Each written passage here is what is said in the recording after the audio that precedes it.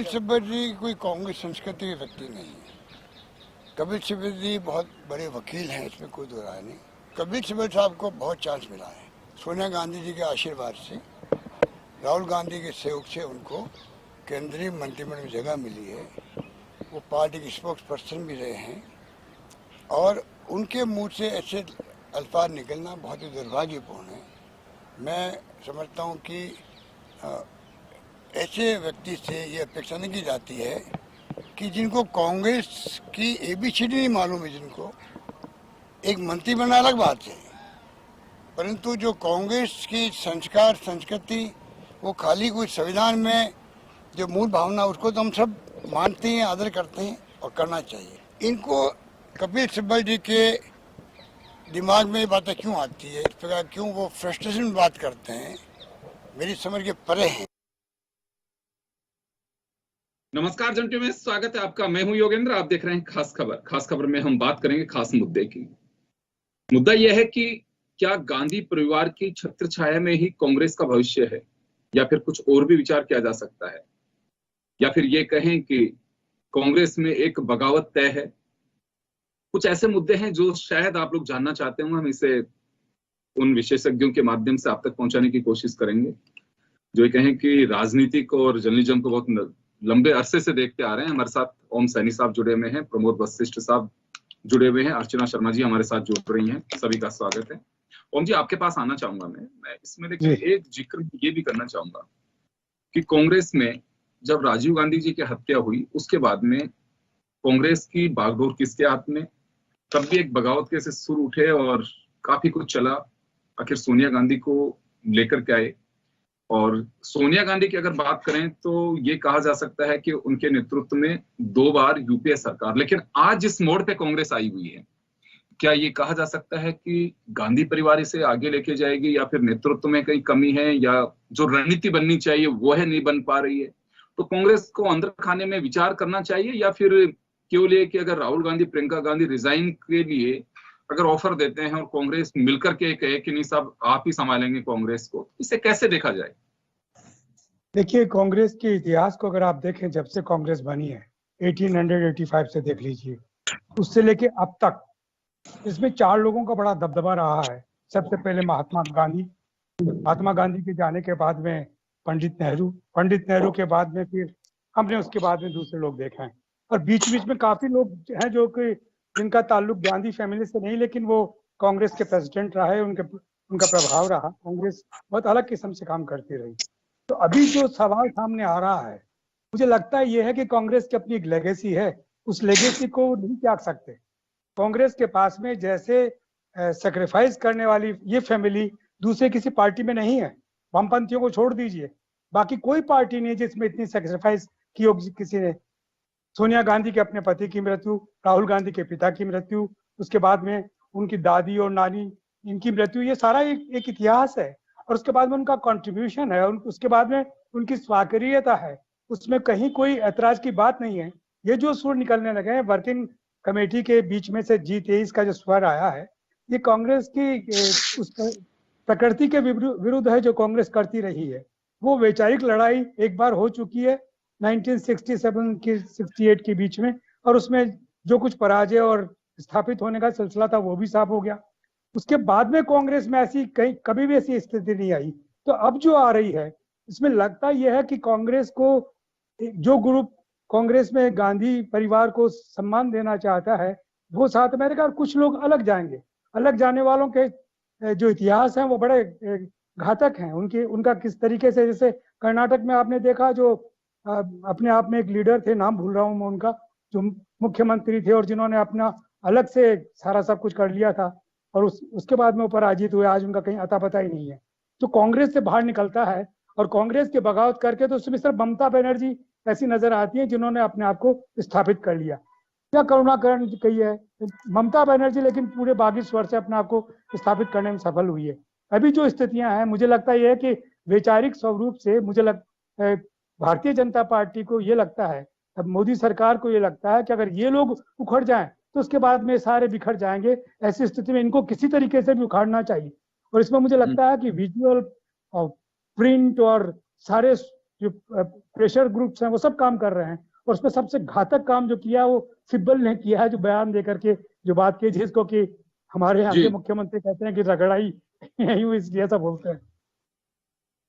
जी बिल्कुल, चलिए मैं वापस आऊंगा, अर्चना जी के पास में जाना चाहूंगा। अर्चना जी, क्या मानना आपका कि कांग्रेस को वापस पटरी पे तो गांधी परिवार ही लेके आएगा, या फिर ये कहें कि गांधी परिवार से बाहर जाकर के भी एक बार विचार करना चाहिए? सर, जहां तक अभी जो सामने आ रहा है, मुझे लग रहा है जो गांधी फैमिली है, एक जो कहते हैं ना पॉलिटिक्स में फ्रंट फुट पे आकर खेलना चाहिए, वो फ्रंट फुट पर आकर नहीं खेल पा रही है। अगर हम देखें राहुल गांधी को, तो इन्होंने अपना इस्तीफा दे दिया था। इस्तीफा देने के बाद भी एक्टिव तो ये है हर जगह, डिसीजन मेकिंग सारी इन्हीं की है, लेकिन रोल इनका कोई है नहीं। तो ये एक जो बीच की असमंजस की स्थिति है, मुझे लगता है वो खत्म करनी होगी इन लोगों को, कि आपके हर किसी का एक प्रैक्टिकली जो रोल आपका होना चाहिए। जिस तरह से कल सीएम ने बयान दिया कि पिछले 30 सालों से कांग्रेस न सीएम के पद पर रहा है, गांधी परिवार न पीएम के पद पे रहा है। सोनिया गांधी जी ने उस टाइम पर मनमोहन सिंह को बना दिया था पीएम।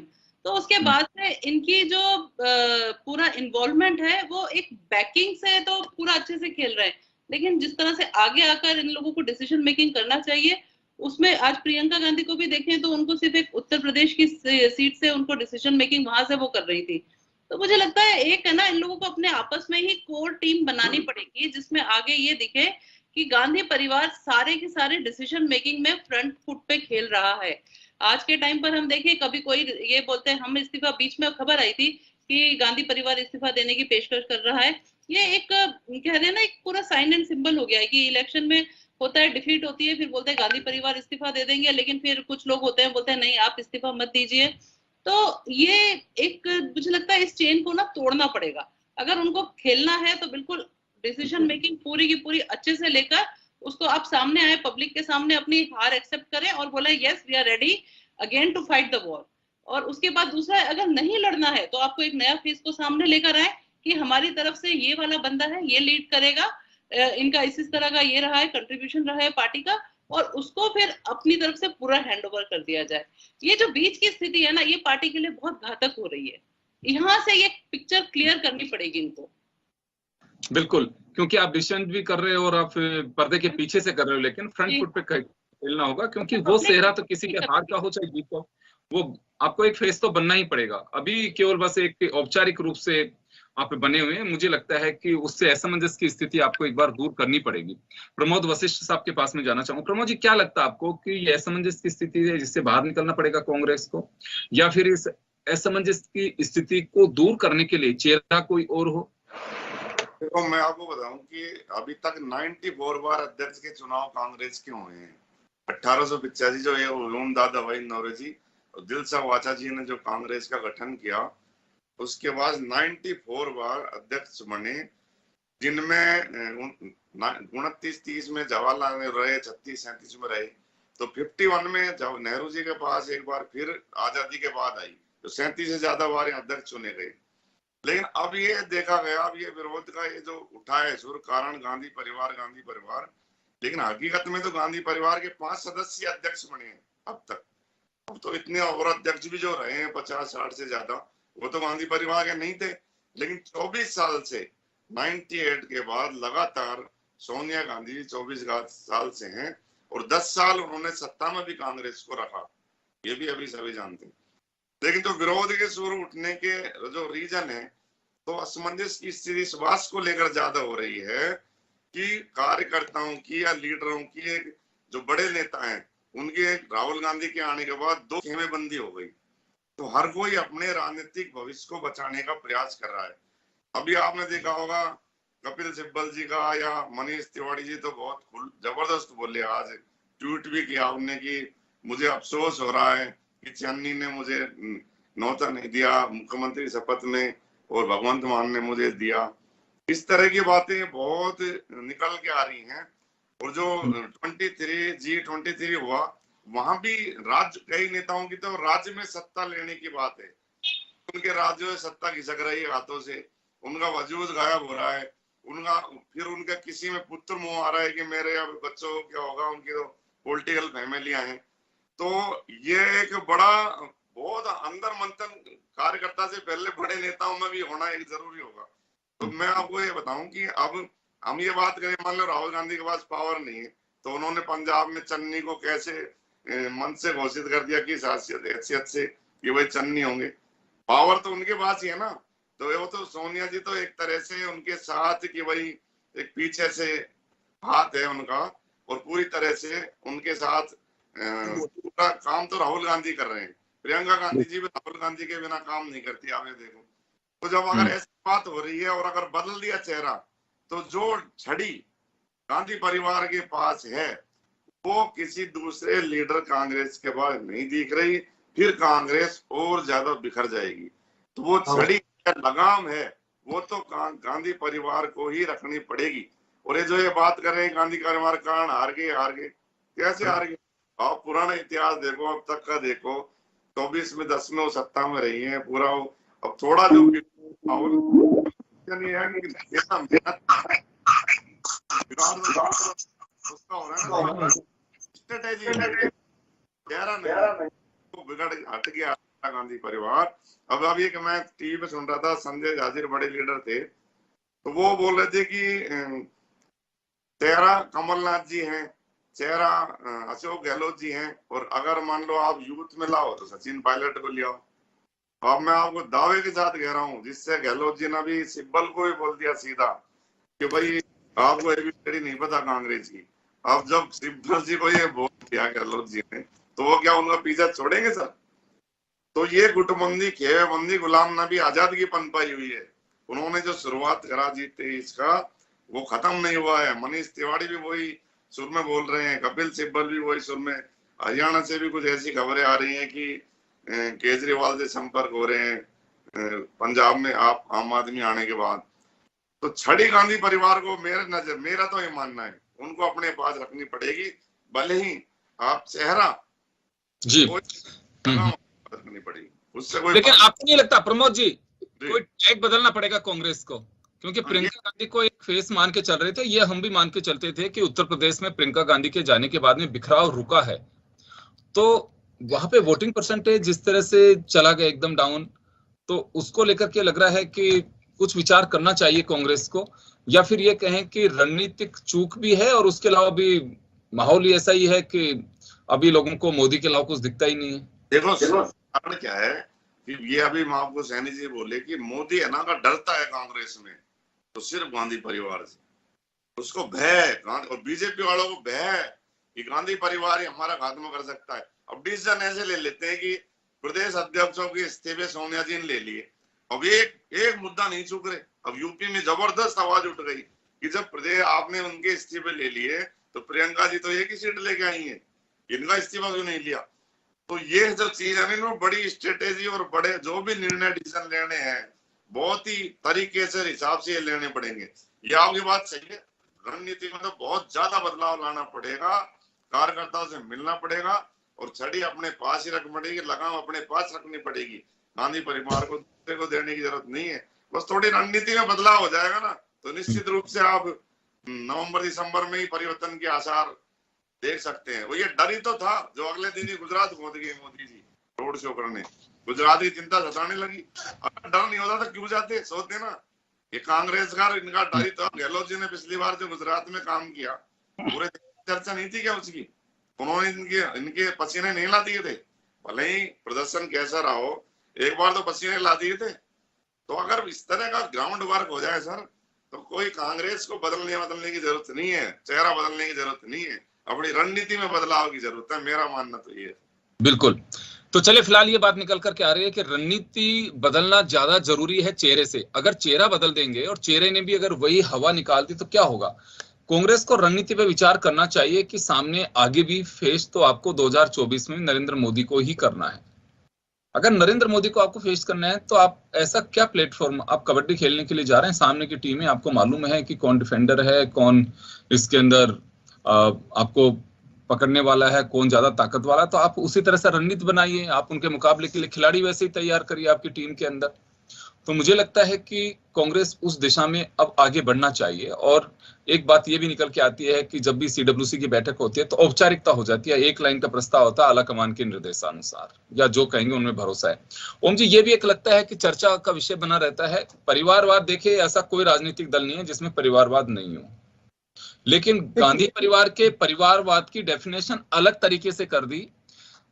अभी बीजेपी में बहुत सारे हैं लोग जिनके पुत्रियां या पुत्र वधू जो आगे बढ़ रहे हैं, लेकिन गांधी परिवार को बाकायदा टारगेट करके और एक कोट किया जाता है। अब ये गांधी परिवार को तय करना है कि वो भी इसी तरह से कहें कि परिवारवाद की डेफिनेशन बीजेपी को देश के सामने रखनी चाहिए। कल मैंने कहा था कि इंडियन एक्सप्रेस में एक पिछला एक कोट छपा है मिसेस गांधी का, इंदिरा गांधी का, जिन्होंने कहा था कि हमारे यहाँ प्रॉब्लम नहीं है पंडित नेहरू की डेथ के बाद में लाल बहादुर शास्त्री कैसे आ गए थे, और पंडित लाल बहादुर शास्त्री की मृत्यु के बाद में वो कैसे आ गई, मोरारजी भाई कैसे, ये सारा वो उन्होंने बताया। उसी तरीके से कांग्रेस को आउटसाइडर से बड़ा डर है, वो ये कहती हैं। मैं ये कहना चाहता हूं कि कांग्रेस के पास में अपनी लेगेसी है, अपना अनुभव है, और उस अनुभव के मुताबिक वही सोनिया गांधी जो राजनीति में आ नहीं रही थी, चचा केसरी को एक बार हटा करके खट से कांग्रेस को जीवित किया ही नहीं किया, उसी सोनिया गांधी ने जिसको कि बिल्कुल कुछ समझा नहीं जा रहा था, यूपीए 1 का निर्माण किया है नहीं किया, सारा समन्वय बिठाया नहीं बिठाया। मैं यही कहना चाहता हूं कि और कुछ हो चाहे ना हो, नरेंद्र मोदी भलाई से राजनीति शास्त्र के पढ़े हुए ना हो, लेकिन इतिहास जरूर जानते हैं। उन्हें मालूम है कि सन 1938 में पहली बार जब हिंदू महासभाइयों को कांग्रेस से अलग करने का रेजुलेशन पारित करने का काम किया था तो कांग्रेस ने किया था, वो आज तक बरकरार है। तो ऐसी स्थिति में मुझे लगता ही है कि ये चेहरा बरकरार रहे और इनको सीखने की जरूरत नहीं है, अपने इतिहास से ये सब समझ लेंगे। और निश्चित रूप से, क्योंकि ये जो जिस तरह का पूरा बनाया है इस वक्त केंद्र सरकार ने और भारतीय जनता पार्टी ने, ये चोरा चलने वाला नहीं है। हमारे यहाँ इतने वर्ण है, इतनी जातियां हैं, इतनी भूख है, इतनी बेरोजगारी, इतनी वो है, इनको कब तक आप धर्म के नाम पर, बहुसंख्यकवाद के नाम पर एकत्रित करके रखेंगे? ये संकट उनके लिए है। तो वही चाहते हैं कि जल्दी से जल्दी अगर गांधी परिवार का समापन हो जाए तो उसके बाद में फिर छत्रप रह जाएंगे, पंजाब का कोई छत्रप, यूपी का कोई छत्रप और हरियाणा का कोई छत्रप, फिर चिंता की बात नहीं है, फिर इनको नष्ट किया जा सकता है। तो वो जो है, आप देखिए कितना लॉजिकल, लगातार राहुल गांधी ने जितना लॉजिकल अटैक किया है नरेंद्र मोदी की नीतियों पर या उनकी सरकार के ऊपर, किसी ने किया ही नहीं वैसा।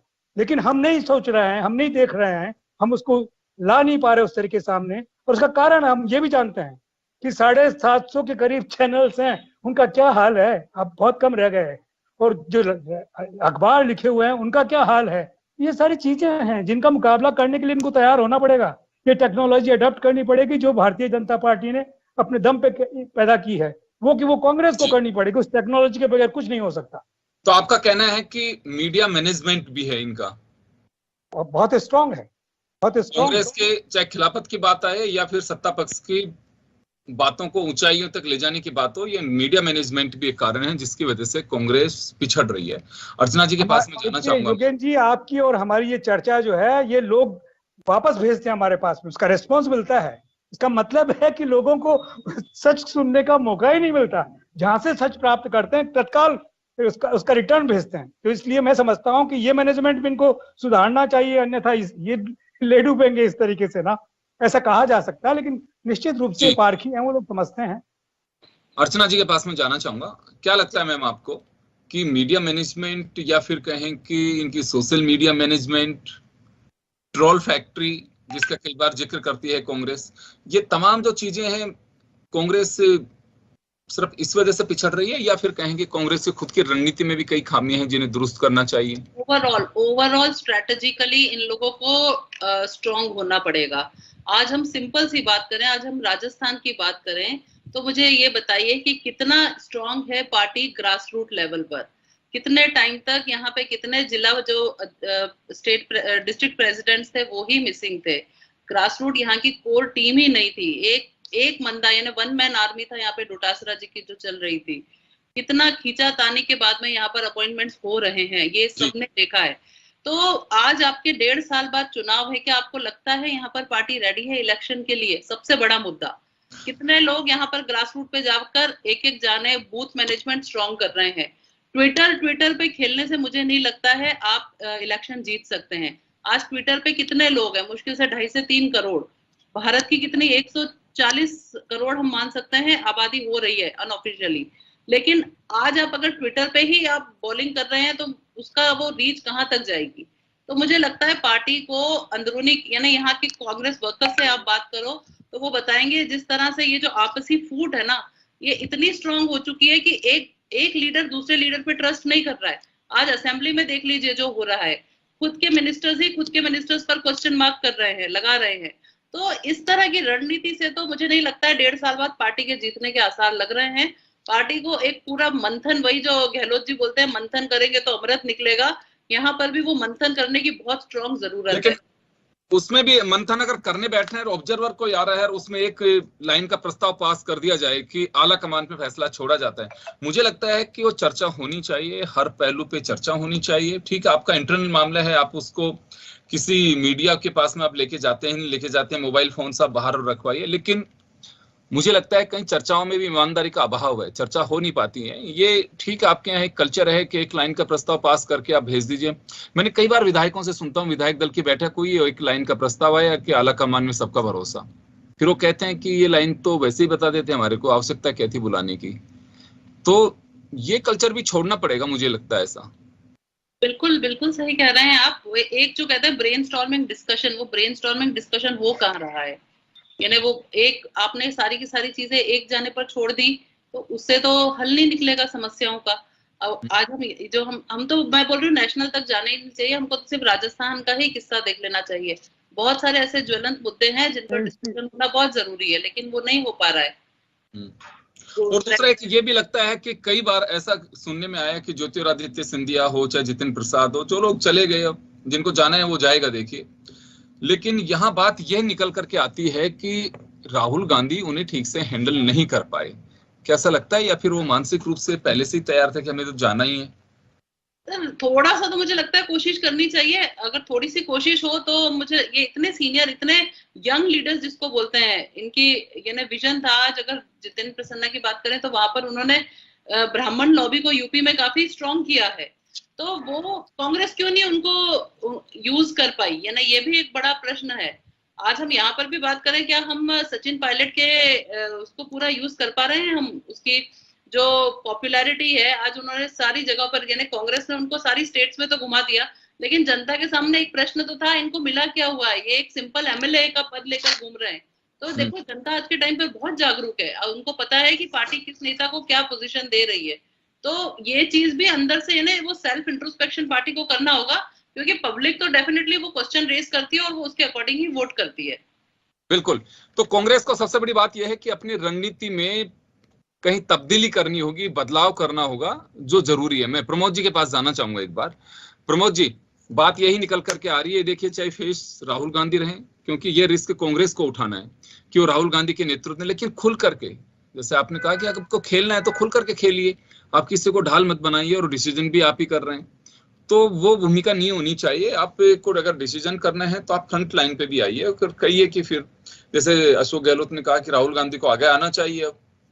तो ये बात है। दूसरा, क्या आपको ऐसा लगता है कि जैसे आपने पहले बताया कि गांधी परिवार को टारगेट बीजेपी इस वजह से कर रही है कि आप देखिए कितने लोग कहां किस पार्टी के अंदर उस वॉल्यूम के साथ में हैं कि जिनके लिए कहा जा सकता है कि हजारों की संख्या में, लाखों की संख्या में कार्यकर्ता खड़े हो सकें।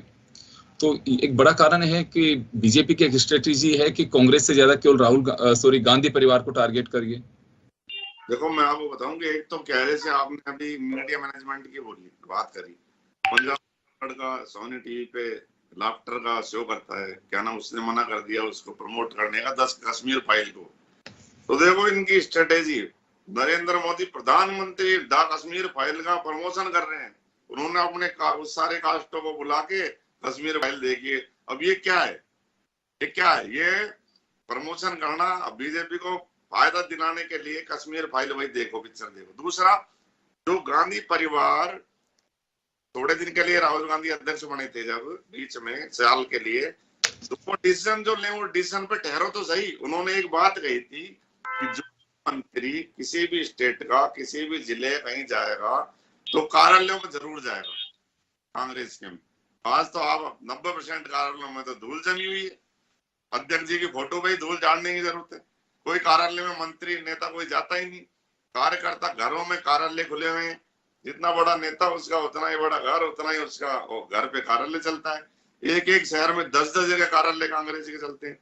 तो जो लेकिन भारतीय जनता पार्टी का आप ये देख लीजिए कि उन्होंने जो बूथ पर भी वो करते हैं मैनेजमेंट। अभी संसदीय दल की मीटिंग नरेंद्र मोदी ने बुलाई तो उन्होंने साफ तौर पे अपने सांसदों से कहा कि आपके बूथ में जहां जहां भारतीय जनता पार्टी आ रही है उस बूथ मुझे ब्यौरा दो, साथ ये बताओ क्यों आ रही।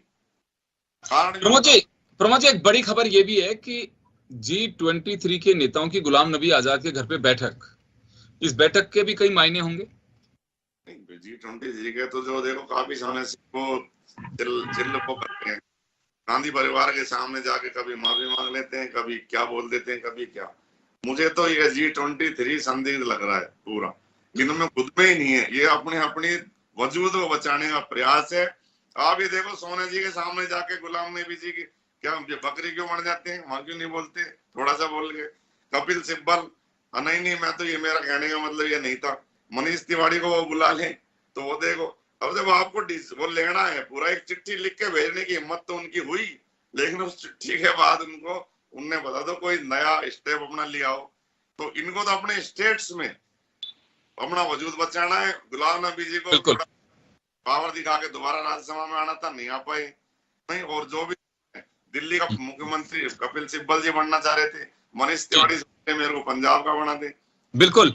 चले प्रमोद जी, आपको लगता है, तमाम हमारे जो अतिथि हैं, जर्नलिस्ट हैं, उनको लगता है कि रणनीतिक चूक है कहीं कांग्रेस की, सामने यही नरेंद्र मोदी चेहरा होंगे, बीजेपी की यही रणनीति होगी, वो चाहे पोलराइज करने की कोशिश करे या फिर ट्रोल करने की कोशिश करे, रणनीति तो बीजेपी की यही रहेगी।